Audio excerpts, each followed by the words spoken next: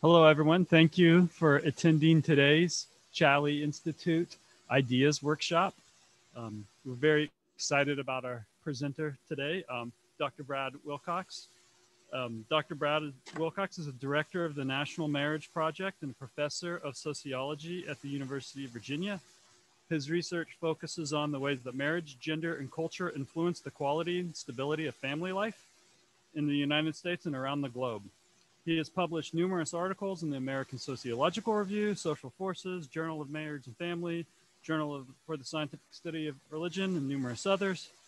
His research has also been featured in outlets such as the New York Times, the Wall Street Journal, Atlantic, Slate, National Review, NPR, NBC's Today Show, and many other media outlets. As a leading scholar in the sociology of marriage and family, he regularly writes for outlets such as the Atlantic, Washington Post, and the New York Times. In fact, I believe I saw just a couple days ago in the Washington Post, you can correct me if I'm wrong, Brad, that you have a new article out that divorce is actually in decline during the COVID-19 pandemic.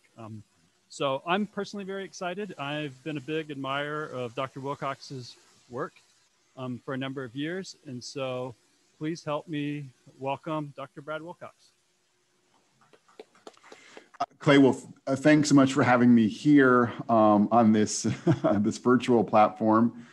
Thanks also to the Challey Institute for hosting all of this. It's a pleasure to be here with all of you in North Dakota remotely, coming to you from Charlottesville, Virginia.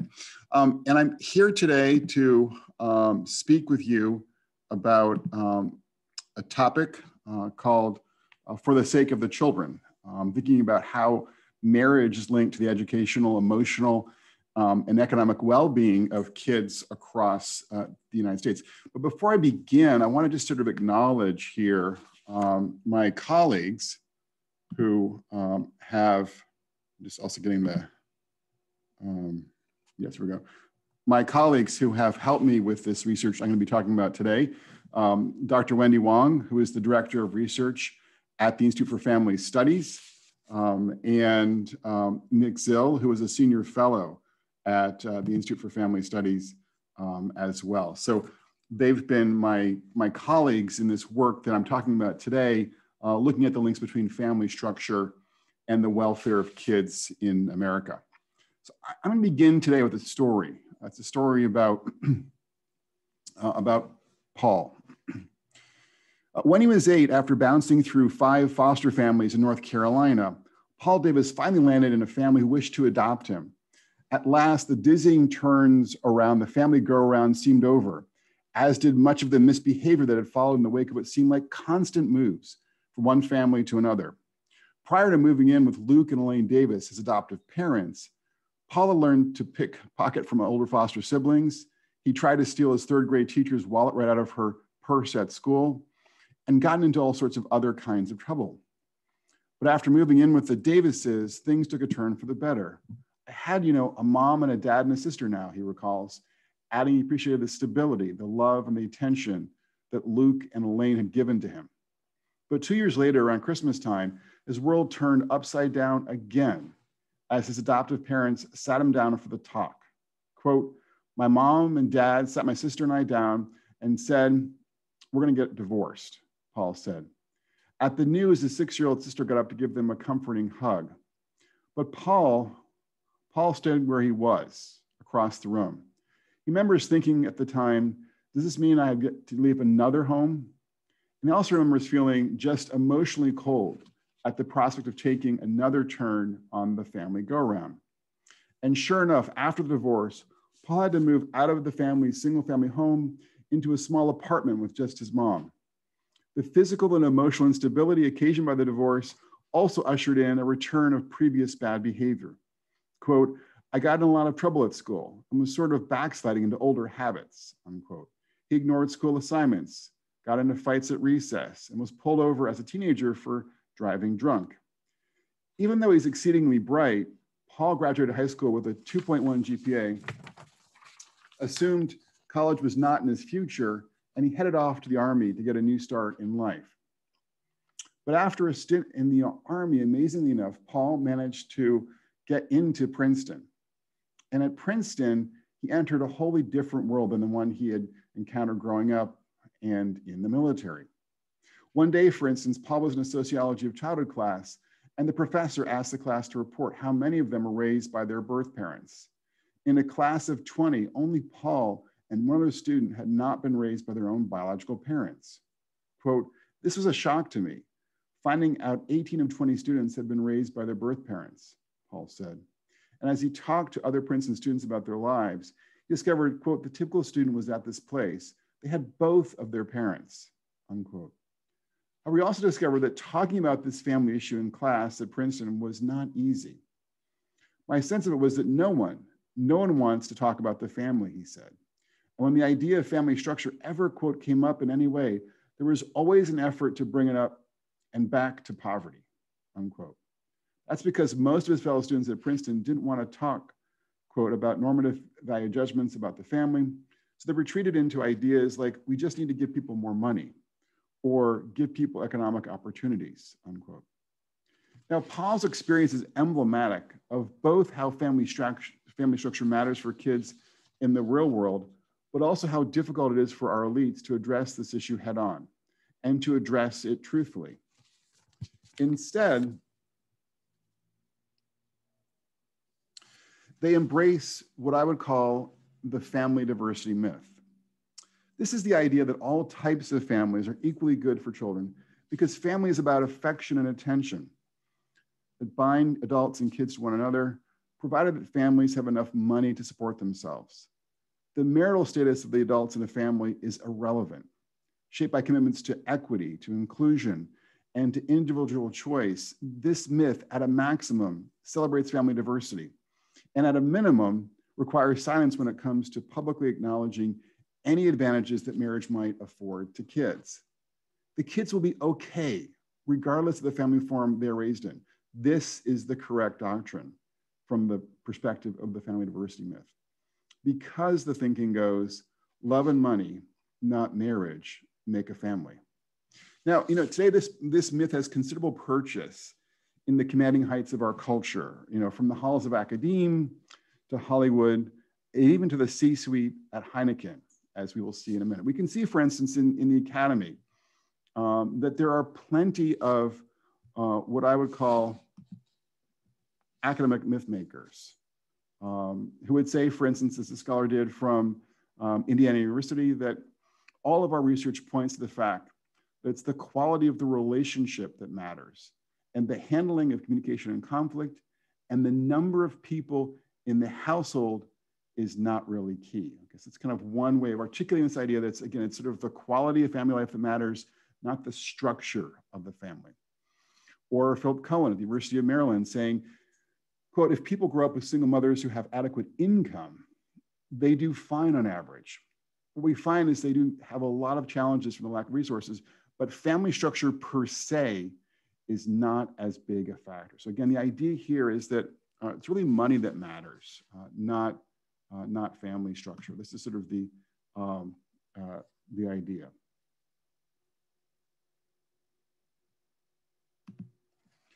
We also see this when it comes to people in Hollywood and in the pop culture more generally. So we can see the singer Katy Perry saying that I don't need a dude. And she's saying, I'm not anti-man, I love men. But there is an option there if someone doesn't present himself. So again, the idea here is that, that marriage, that dads, these things are really not important when it comes to thinking about the nature and purpose of family life. And then we can see also too, when it comes to corporate America, that corporate America also plays a role in advancing this myth today in our common life. We can see this kind of playing out in this advertisement that was offered by Heineken back in 2018. I'm just gonna try to get this going. Here we go. You're nobody till somebody loves you. You're nobody till somebody cares. Well, you're nobody till somebody loves. So find yourself somebody to love. So, obviously that ad is sort of conveying this idea that sort of an older model of family life is not really needed when it comes to sort of celebrating holidays, celebrating family life, with one another around Christmas time. That we can kind of embrace a newer model of family life. And this is again one example of the way in which, in this case, corporate America is advancing the family diversity myth. Now, in terms of kind of thinking about the sort of priors that that drive this myth, what we can think about are kind of three different sets of priors here.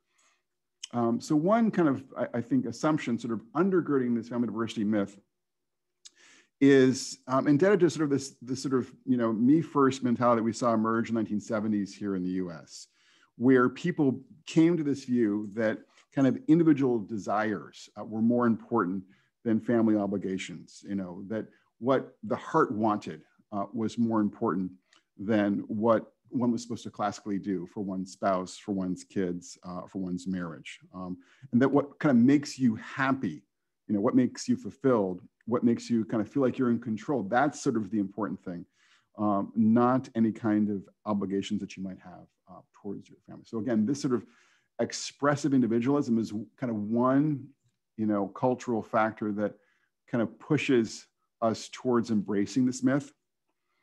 A second, though, is thinking about the way in which a lot of people in our contemporary culture believe that the only thing kind of holding us back from living our best life kind of in general and the family in particular are economic factors. And then if we just have access to kind of a decent income, if the structural constraints are just, adjusted in the right way, families will flourish.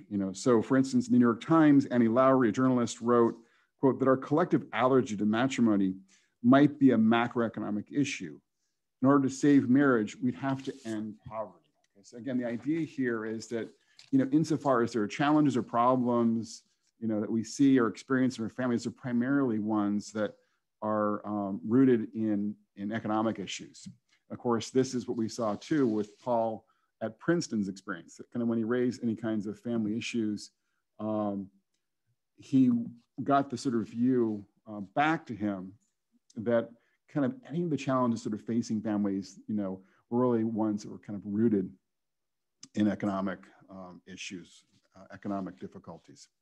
And the third, obviously, kind of, I think, cultural factor that sort of makes the family diversity myth so compelling to a lot of people today is that there's a sort of this kind of progressive faith that, we need to kind of baptize the latest developments in family life as right and as just and salutary. As my colleague here at UVA, James Davison Hunter, has said, progressives believe that, quote, moral authority tends to be defined by the spirit of the modern age as a reality is ever unfolding, okay? And so progress is liberation from older, archaic, repressive traditions that have held us back from living our more authentic lives. And so the assumption here is that kind of when we embrace new family forms, embrace new family patterns, we are kind of participating with the great march of progress. And that's obviously a good thing. And, it's probably no accident too that this family diversity myth is actually, I think, most popular among, college educated elites in America, in part because this kind of progressive narrative is so powerfully articulated in most colleges and universities and in more elite cultural platforms as well. So we can see this, for instance, in a recent survey that Wendy Wong and I conducted in California with the help of YouGov. What we found in this survey in California is that it's the most educated Californians who are most likely to embrace the family diversity myth, who are most likely to think that family diversity today in America should be celebrated. Now, what's interesting though here is that that's sort of their public posture, that's sort of their public ethic. So in terms of like, how they think about family matters from, kind of a policy perspective or, a perspective that one would articulate in the university context or in the journalistic context. It's all about kind of celebrating family diversity. But when it comes to thinking about how they're going to order their own lives and the lives of their kids, it's a rather different picture emerge from our survey. And what we found is that elites in California were actually more likely than other Californians to privately embrace a kind of marriage mentality, a kind of familistic mindset, both in terms of their practice and in terms of their attitudes. You can see here, for instance, that it's the better educated Californians who are most likely to want to have their own kids in marriage. And also, of course, to be stably married, as well. So again, what I'm saying is that the public posture of many of our elites is to embrace family diversity. But the private posture, the sort of private path, is actually towards marriage, towards stable marriage for themselves and their kids. And well, why is that? Well, in part, it's for the reasons that I've just talked about in terms of, we've kind of been moving in our elite culture in a more progressive direction. But practically, I think many elites have this sense that getting and staying married is good for them and especially for their kids. And that's going to override their public embrace of family diversity, in the public arena. Okay, so that brings us to the sort of central question today, and that is how is indeed family structure related to the welfare of kids, educationally, emotionally, and economically? And given Philip Cohen's and the comments of many different scholars and journalists, kind of about the relative importance of money and marriage, is it the case that marriage matters less than money in predicting kids' well-being on important outcomes? And then too, I want to think as we kind of go forward about how this story varies by gender, because many of us who have kids or who are teaching kids, dealing with kids, we can kind of see that there's a gender divide emerging among our students and among many young adults, where for a variety of reasons, many of our boys and young men are floundering. They're flailing in our schools and our colleges, our universities, and even sometimes in the labor market as 20-something young men as well. So, is there a way in which this family structure story plays out differently for boys and girls and for young men and for young women? So first, on the education front, let's think about that that sort of topic first. Family structure, child well-being as it relates to our schools, our colleges, or universities. And I'm going to begin with a story about John, who's a Jefferson scholar here at the University of Virginia, recent graduate. And the scholarship at UVA, the Jefferson Scholarship, aims to attract students who are really accomplished when it comes to academics, citizenship, and leadership. And they pick about 30 students every year to get a full scholarship at UVA, and also to get a very generous financial stipend as well to attend UVA. So it's a very kind of competitive scholarship. And they bring in students from, across the world. So it's diverse in that respect. They've got students coming from the US, from South America, from South Africa. The students are racially and ethically diverse, that they're bringing in and awarding scholarships to. But they are not diverse in one respect: family structure. As a regular faculty reviewer for the Jefferson Scholars Program, what I have found is that more than 80% of the nominees typically come from a home where both parents are listed on the application, in terms of their same address. And of course, this is striking because across the US, about half of American seniors are living with both parents. So nominees for the Jefferson Scholarship are disproportionately coming from a home with both of their married parents. And this was the case too for John DeAndrea, who majored in economics at the University of Virginia, and also came from a strong, stable family, that gave him a leg up when it came to climbing the ladder of the American meritocracy. Quote, "I always felt like I had people who were in my corner, who were on my team," said John, reflecting on the support that he got from his parents and close extended family in suburban Richmond, Virginia. Quote, my family provided me with a lot of support and pushed me academically, extracurricularly, and professionally, said John, who was the oldest of 4 boys. His dad, a lawyer, would read his essays and listen to him prepare for in-class presentations, giving him feedback on how to present and communicate in a very effective manner. Likewise, his mom, an accountant, quote, was always there checking all of my math homework to help us with that, unquote. And beyond kind of the sort of homework help and sort of, the advice about kind of presentations, his parents offered what psychologists call an authoritative style of parenting, mixing involvement and affection with clear expectations to him about good behavior. And he can remember his dad, for instance, sharing his own philosophy on the morning commute to school and on the playing field as he coached many of the soccer and baseball teams that John played on growing up. Quote, he imparted the value of hard work and not making any excuses or taking anything for granted, he recalls. He says his mom was their family's, quote, organizational engine, unquote, making sure that John and his brothers ate dinner at home most nights, got to and from extracurricular activities in the afternoon, got their homework done, and went to church as a family on Sundays. So with these 2 parents stably married, in his corner, it's really not very, sort of surprising that John ended up doing so well in school and then going on to get a Jefferson scholarship. But the point of this sort of story is to kind of convey kind of a larger point about what we see among American kids more generally. And that is that young adults who are hailing from intact married families are much more likely to attend and graduate from college in general, and from selective colleges like UVA and Stanford and Duke and Princeton in particular. And we can kind of see this pattern here on the screen before you, where you can see that young adults from married birth parent families are just much more likely to graduate from selective colleges and universities in America, compared to young men and young women coming from families where they're not being raised by their own married birth parents. And when we kind of look at this issue from a statistical perspective, and when we control for things like parental education, race and ethnicity, gender, achievement test scores, what we find is that young adults coming from intact families are about 50% more likely to end up graduating from a selective college compared to their peers who did not have that family structure advantage.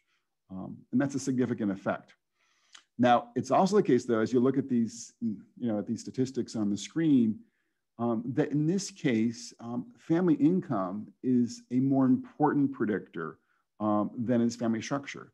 So I want to be sort of honest and clear here. There are some outcomes, like graduating from college, where how much money your family has in the bank is more closely linked, to your odds of graduating from college, or a selective college in this case, than whether or not you had married parents in your corner. So on this particular outcome, you could argue that money matters more than marriage. But you kind of sort of step back from just the college outcome and think about a variety of other kinds of outcomes kind of leading up to college or leading up to some other kind of educational outcome of one sort or another.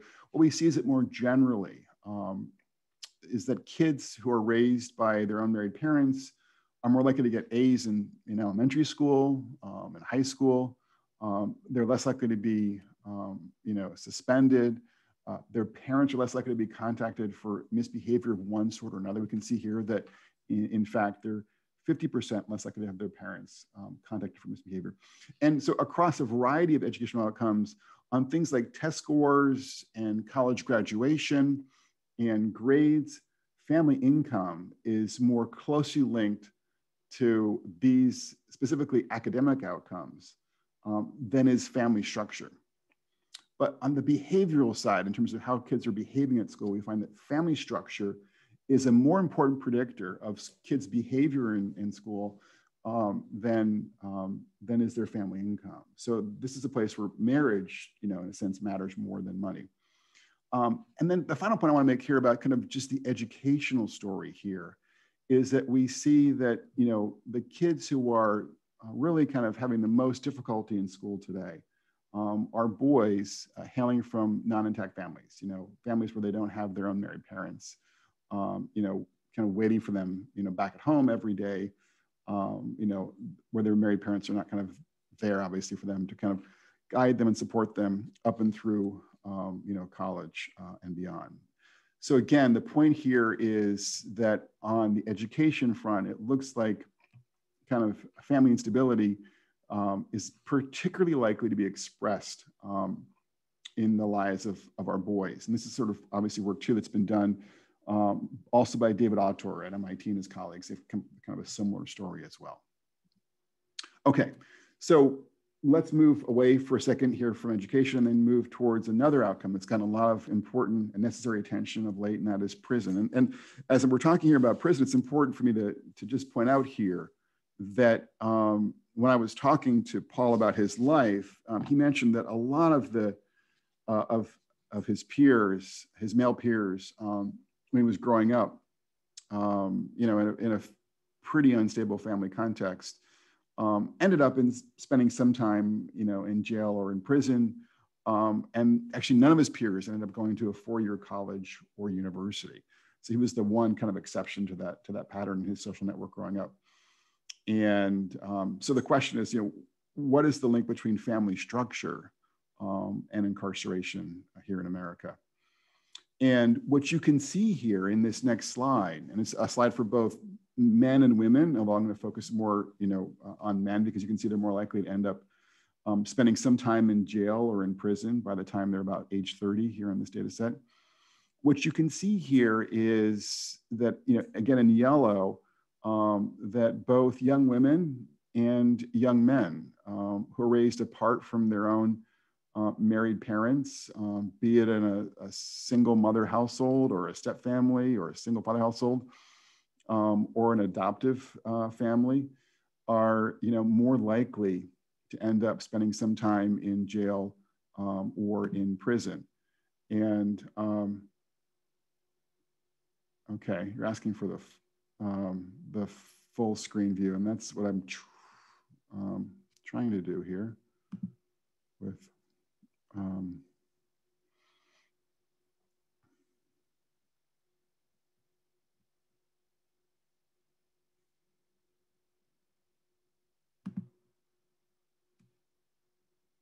okay, hopefully that'll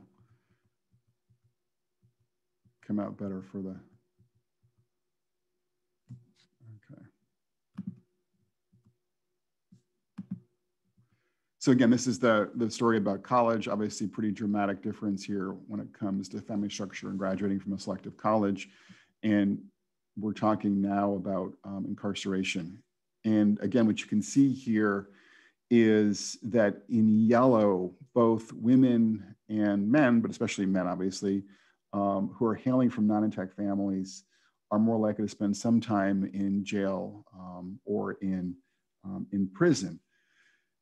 And what's again interesting here is that when you look at kind of the impact of family structure versus income, controlling for things like parental education, race and ethnicity, their score in a measure of knowledge, or for adults, it's a measure based upon what the military gives people. What we can see here is that people who are coming from non-intact families, in this case, looking at men especially, in particular, are about twice as likely to end up in prison or jail, controlling for these factors. And this particular variable is more predictive of ending up in jail or in prison than is whether or not your income falls above the median or below the median. Okay, so it suggests that on this particular outcome, there's a way in which family structure may be more important than family income. Okay, and then we can see too, obviously, from the slide just 2 slides ago, that again on this particular outcome, it's young men who have come from non-intact families who are most likely to get sort of ensnared in the criminal justice system, as measured by incarceration. Okay, so again, when you put all of this together, what I think the research tells us is that young men who are growing up apart from their unmarried parents are more likely to be struggling when it comes to school and more likely to be ensnared in our criminal justice system, more so than their sisters or their female peers.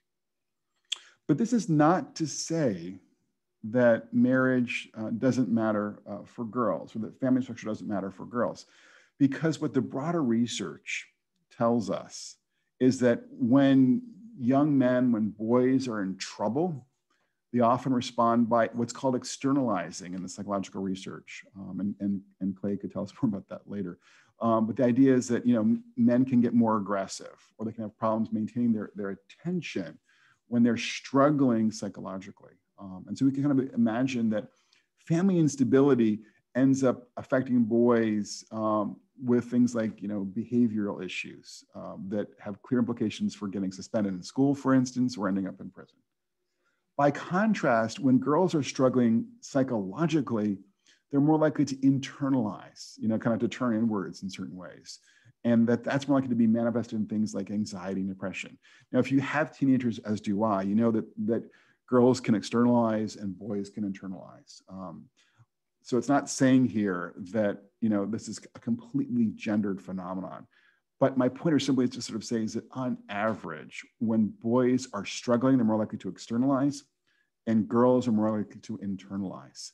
And that has implications for outcomes like sadness. So let me kind of give you an example here by talking about Elizabeth, or Liz Roberts, from Rockville, Maryland. Liz Roberts was doing pretty well in school and in life until she turned 12. She had A's and B's in school. She enjoyed playing soccer as a striker in the local soccer league. She was involved in the church youth group at Faith United Methodist Church. And she had her share of good friends in her neighborhood middle school. But all that changed one March afternoon in 2016. Liz was outside doing yard work with her mother, father, and brother, and her mother was not too happy with the job her dad was doing edging the bushes at the edge of the property. "I'm fed up with this," said her mom. "You never do what you're supposed to do, what I want you to do. I'm done." Liz knew that there were tensions between her parents, but this was the first time her mother had made a comment this definitive. She was flabbergasted when her mom just packed up her belongings and left the family home that evening. After her mom left, Liz's world collapsed. Her grades cratered, and her school counselor told her dad that she's smart, but she just doesn't do any work, and she just doesn't focus. Liz suffered panic attacks at school. Her mood darkened, and so did her clothes, as she began to dress emo. Dressing emo meant wearing dark hoodies, dark makeup, dyeing her hair, combed so as to partially cover her face, and tons of piercings. She also tatted up, making tattoos on her arms and a spot on her ankle. And she also engaged in self-harm, cutting herself on her arms. So before this change in her appearance, Liz had resembled her mom. But after she adopted the emo style, Liz looked nothing like her mom. That was the point. "I hate my mom," said Liz. "She left me, and she didn't protect me." In her pain, Liz drifted into spending hours online, looking at random YouTube videos, posting on fake Instagram accounts, and participating in online chat groups where kids discussed dysfunctional family life. This online activity seemed just to make her more depressed and more anxious. And she's currently seeing a female therapist who's trying to model for her a healthy relationship to rebuild her capacity to be intimate, vulnerable, and connect to others. Right now, Liz's therapist is her primary adult attachment figure. Okay, so that's Liz's story. But again, the question obviously is, well, how representative is this of broader patterns among kids in America? And as we can see here, there is also a link between kind of family structure and reports of sadness for kids. In this case, 8th graders across the US. You can kind of see in orange that kids hailing from non-intact families are more likely to report that they're sad. And again, this is like an outcome where it's more likely to be expressed by girls compared to boys here. And in a multivariate context, what we see is that young adults who are coming from non-intact families are about 50% more likely to be sad or to be depressed, controlling for a variety of factors like parents' education, their race and ethnicity, their gender, and their achievement scores. And what's interesting here too is that family income actually is not predictive of teens being depressed. This whole idea that it's money that matters for our kids. Well, it's true for some outcomes like education, like we were talking about just a few minutes ago. But when it comes to some of these emotional outcomes, it's not true. It's clearly the case that family structure is a lot more consequential for these measures of depression or sadness than how much money your parents have or don't have. Okay, so to kind of put this together, what I'm saying here is on the emotional outcomes, what we see is that it looks like family structure is linked to these emotional outcomes more powerfully than is money, and they're more likely to be expressed, or most likely to be expressed, I should say, by girls and young women today in our culture. And the final thing I want to talk about is economics, and the story here is when it comes to sort of economics, when it's going to sort of talk about this, is that often people think it's, again, well, economics really, again, how much money your parents have, how much education your parents have, and that family instability, isn't really that important compared to money. So, for instance, the idea is perhaps like divorce isn't really.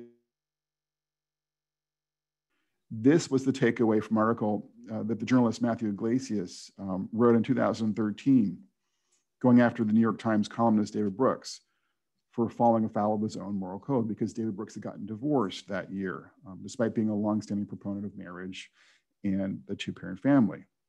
And based upon his own experience growing up in an affluent subset of Manhattan, Iglesias took the view that divorce per se does not pose a long-term threat to the economic welfare of kids, so long as their parents are educated and affluent. Quote, "My anecdotal experience growing up in affluent circles in Manhattan was that parental marriage disruption is very hard on the kids, even on rich kids," he wrote for Slate.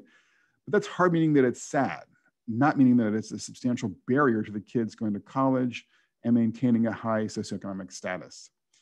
My guess is that Brooks's kids will find their parents' breakup to be pretty upsetting. They'll also get along fine in life, possessing all the various advantages that come from being David Brooks's children," unquote.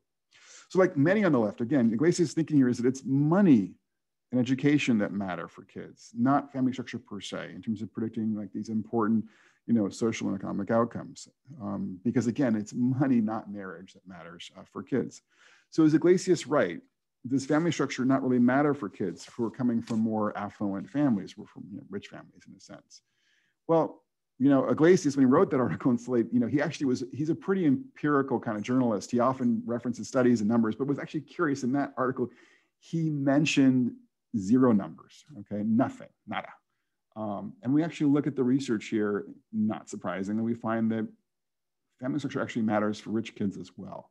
One, for instance, can look at a Pew study done in 2010 that, and I'm here looking at just kids who hailed from wealthy families, the upper income third of the distribution.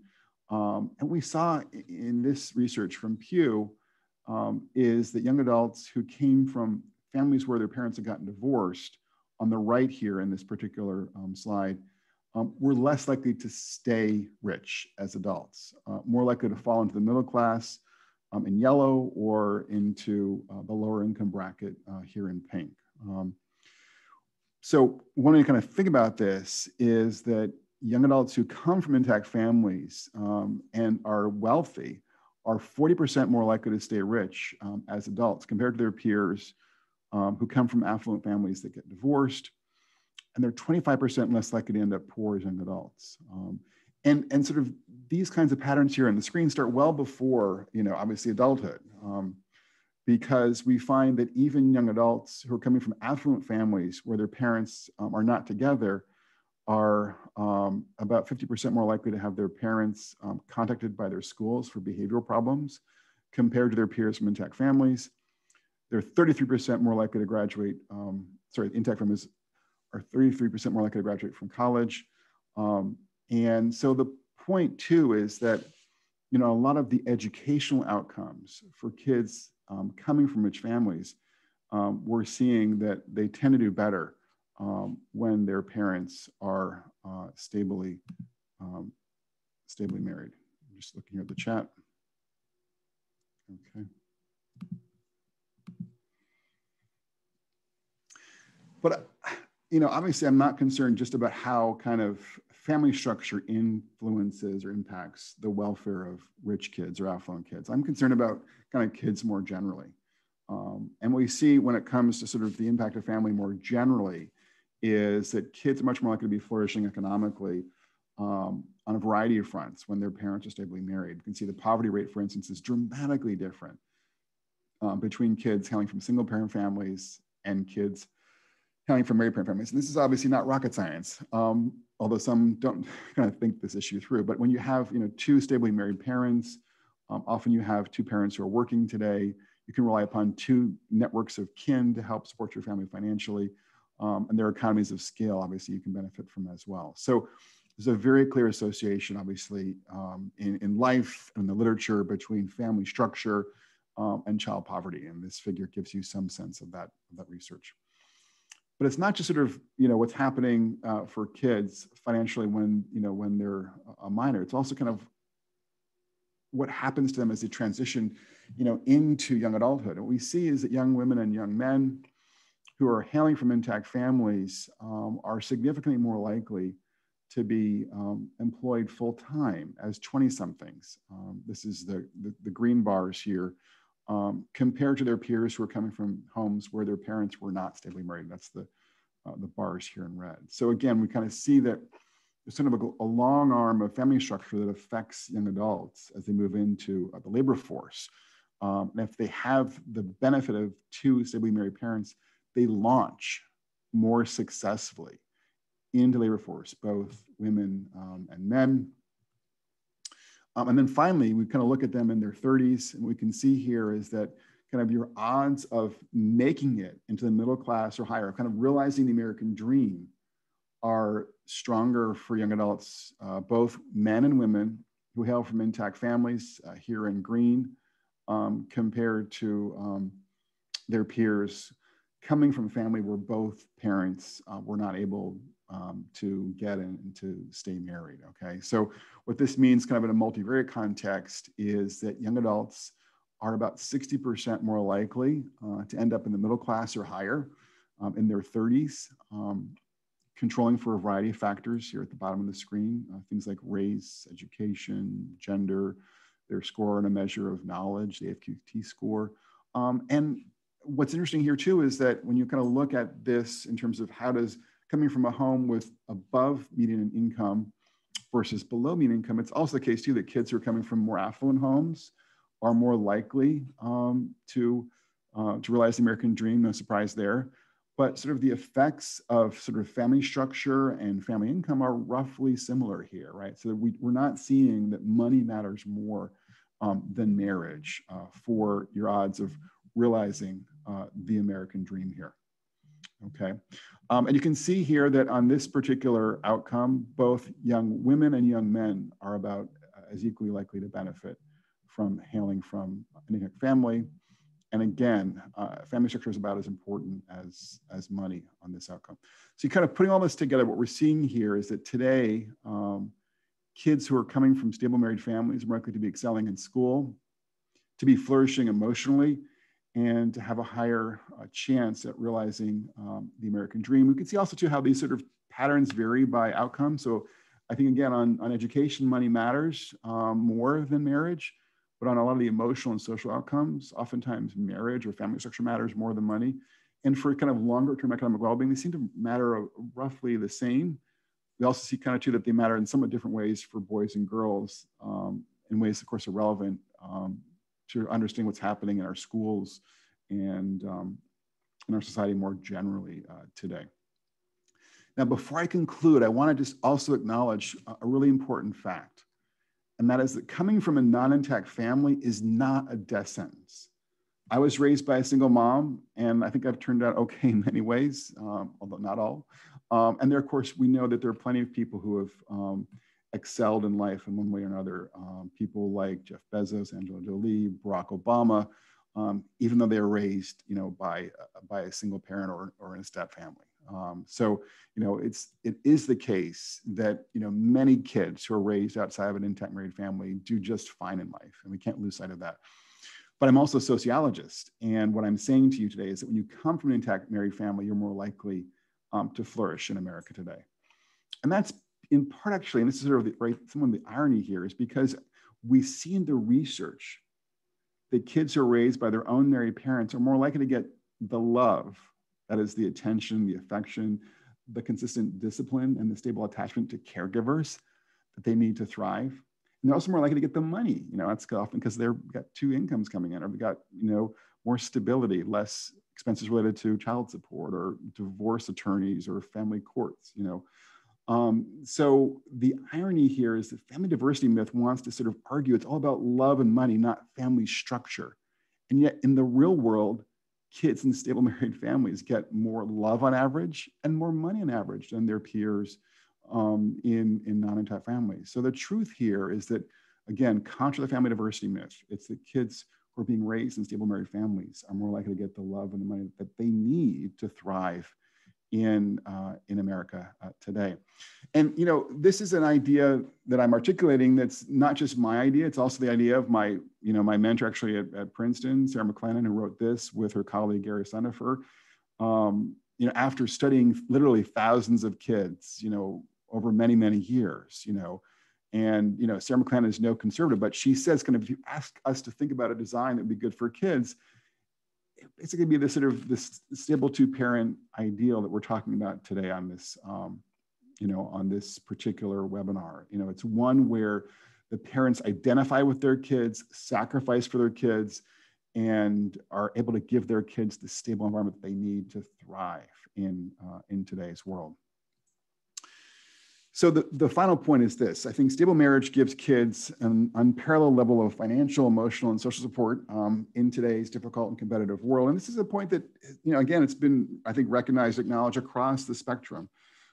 In fact, in his famous Father's Day speech in 2008, President Barack Obama put all of this, I think, pretty well. He says, of all the rocks upon which we build our lives, we're reminded today the family is the most important. He kind of gives in a litany of this, the kinds of statistics that I have that I've just conveyed to you. And he sort of talks about how departures from a world where we would have, in this case, fathers, are more likely to hurt kids. And so, in his words, the foundations of our community are weaker because of it. That is, because so many families today, in this case, don't have a father or don't have a marriage, in the picture.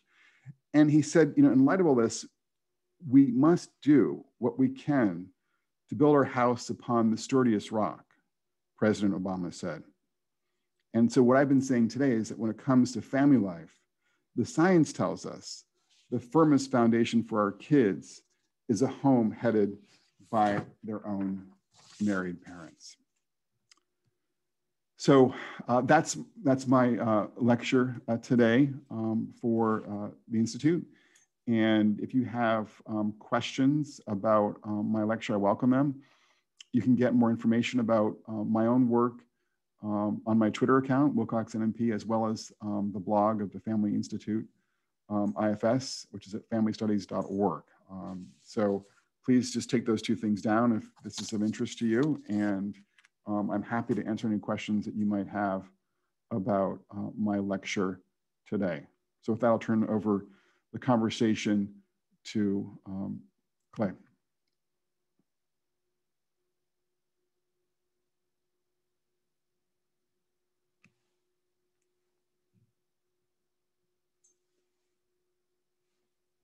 Clay, we can't hear you right now. You need to unmute yourself. Oh, thank you. Sorry about that. Thank you for that presentation today, Dr. Wilcox. So what we usually do here is I try to field questions both from our live audience and our Google Doc audience. And so why I'm bringing up the Google docs, and I'll read the questions, both questions out loud to you, so everyone can hear them. But I'll give people here if anyone wants to ask a question. Yeah, go ahead.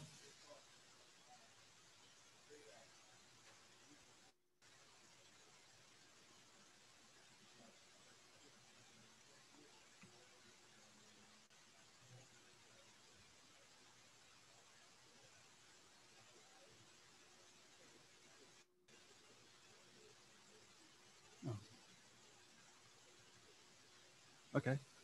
Okay. Brad, the question was, in your presentation, you mentioned the California data, how on the one hand, you have, elites who say one thing publicly, but then privately embrace, maybe a more traditional family structure model. So what do you have any thoughts on the disconnect? Why they're publicly saying one thing and privately doing something else? Well, I think on the private side, it's important to sort of acknowledge here that, in the 1970s, really the height of, the me decade, the height of the divorce revolution, a lot of people across the country kind of dispensed with sort of marital permanency and with marriage in some important ways. And that was true up and down the income spectrum, up and down the educational spectrum as well.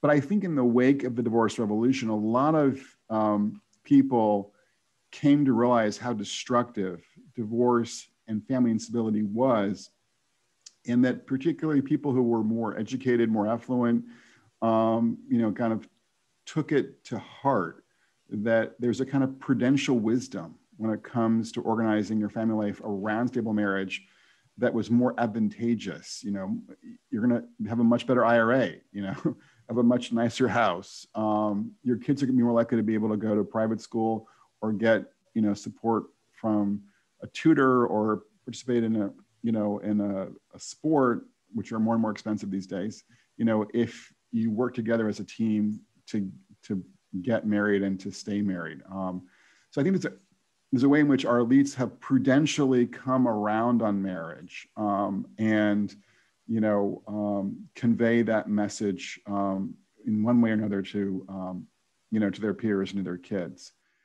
But publicly, for the reasons that I articulated, because of expressive individualism in our culture, because of a kind of progressive narrative that we should embrace every new change in American family life, people don't feel comfortable basically talking about, what they're doing in their own homes. So school superintendents, college professors, corporate executives, doctors, journalists, generally, I think, are reluctant to sort of talk up family stability in marriage because it's seen as, too old school, conservative, traditional, whatever it might be. And then, of course, there are some folks, some elites who completely embrace family diversity as, a public ethic. Although what's interesting is that if you actually look again at their own private lives, they're often stably married. Because again, I think there's a prudential, value in part, in being stably married. And then in part too, I think because, frankly, people who really love their mates and their children, will often, recognize that marriage is sort of the best way to do all of that too. Again, kind of on a pragmatic basis. Thanks. So we have a number of questions from the online audience related to. I'm gonna try to condense them into a single question to just let you chat on this idea. Essentially related to the distinction between family structure, what you're talking about, and then maybe some more qualitative elements within the family. So, for instance, somebody brings up that a lot of struggling boys are also driven by poorly behaved, abusive fathers or men. Would it actually be better if their mother stayed married to men like that? And so there's questions kind of like that, the difference, the quality of parenting versus the structure of parenting. Yeah, that's a great question. And so what we see in the research is that when there is sort of serious conflict in the home, when you have, dishes flying through the kitchen on Saturday night, parents regularly screaming at each other, and obviously any kind of domestic violence, when these things are kind of reoccurring patterns in a marriage and in a family, then it's often better for parents to part ways, you know, and for, you know, people to separate. So I don't want to say that sort of stable marriage is always and everywhere the best option for kids, because that's not true. At the same time, what's interesting about the research on this issue is that it looks like about 2/3 of divorces happening with kids in American families today are divorces where it's not the best thing from the kid's perspective. And I'm drawing here on work done by Robert Emery, my colleague here at the University of Virginia, as well as work by Paul Amato and Alan Booth at Penn State.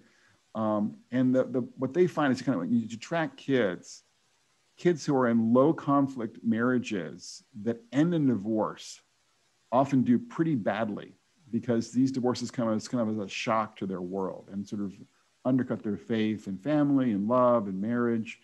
By contrast, kids who are coming from highly conflictual homes, like the one you just described, often do better if their parents, you know, part ways compared to just staying married and together. So, you know, that's an important distinction. But again, I think the problem here in the US today is that there too many parents are in that sort of 2/3 category where, you know, one parent feels like they've grown out of the marriage. One parent feels like their spouse is not emotionally engaged enough. You know, one parent feels like, you know, it's just really difficult, or one parent's depressed, you know, and the other parent wants out. It's in those lower complex situations where first they would not get divorced. So that's kind of, I think, an important way to think about this, sort of like the high conflict, low conflict distinction. And again, if you're in that low conflict pattern and your first priority is your kids' welfare, the idea here is that the research suggests you should just try to figure out a way to remain married. And we often see too that in those situations over time, those marriages will get better. Thank you. Any other questions from the in-person audience? So I'm going to try to, I think we have time for one more question. And so what I'm going to try to do, Brad, is combine a few themes from a number of great questions that people have offered in the Google Doc. So, and feel free to answer either side or both. So there's some questions about, do you have like are there public policy implications that you think would support families? And then independent of public policy, similarly, do you just have any professional or research driven advice on ways culturally or personally or individually to better support or promote intact two-parent families? Yeah, those are great questions, Clay. So on the policy front, I think at a bare minimum, what we could do is to stop penalizing marriage. You know, it's the whole kind of do no harm idea. And what we've actually done in the federal government is we've addressed a lot of the marriage penalties affecting upper income families who have the most stable marriages, you know, in America today, by how we've kind of reformed American tax policy. We have not really done anything to address in a kind of profound and systematic way the marriage penalties that attach to many of our means-tested programs like Medicaid, for instance, food stamps, child support subsidies, and the earned income tax credit, okay? And so what this means practically is that many working class couples find themselves not getting married because they would pay a pretty, you know, major penalty. I talked, for instance, to a couple here in Virginia with two beautiful daughters, you know, who've been together for many years and they were not married. I'm like, what's sort of going on here? And they're like, well, you know, if we were to get married, we'd lose access to Medicaid because they were getting access to Medicaid through the mom who's not employed, because the dad, his job did not provide any health care. So mom was, you know, got Medicaid through the state of Virginia, and the two kids did, you know, got Medicaid as well. So this is an example of where the state is unintentionally penalizing marriage, and I think we could address that by changing the thresholds more for married versus single parent families. Now, on the latter question, sort of what's the practical advice that I would give to people who are married? I have kind of basically 5 C's that I would talk about. And the first C is about communion, about kind of cultivating a we before me mentality in your marriage. And that's both kind of emotionally, trying to be in tune with your spouse, but also kind of establishing like a common identity as a couple. So we know that couples, for instance, who have joint checking accounts are more likely to be flourishing and less likely to get divorced than couples who have separate checking accounts. So that's an example of the communion ethos. The second idea is sort of to recognize that your marriage is about the welfare of your kids, your children in a fundamental way, and that couples who actually do this are not just more stably married, but they're also more likely to be happy as they kind of have this appreciation of how they're focused on something outside of themselves. The third C is about commitment, and couples who kind of explicitly embrace fidelity in their marriage and who have kind of this idea that marriage is a permanent commitment are more likely to be flourishing, not just in terms of stability, but also in terms of the quality of a marriage, because they have that sort of horizon of commitment that builds trust and security, emotional security in a marriage. The fourth C is about cash. So having steady income coming in is obviously a good thing. And so being attentive to that, as much as you can be in today's economy and world is also a big factor in successful marriages. And the final C is community. And couples who are part of a religious community could be, Christian or Jewish or Muslim, Hindu, are more likely to be flourishing. But for people who are of a more secular mindset, the point I would make is just sort of having a sort of a network of friends and family members who are there for you and for your marriage is going to be enormous help. So again, these 5 C's about communion, about children, commitment, cash, and community. If you have a couple of those C's, that's great. And if you don't, I would think about trying to cultivate, those 5 C's to forge a stronger and more stable marriage for yourself today.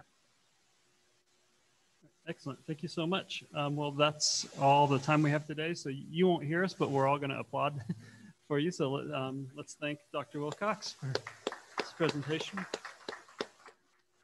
And so thanks again for speaking at our workshop, Brad, and we look forward to continuing this conversation in the future. Thank you, Clay. I appreciate being here today. Thanks to Challey Institute as well.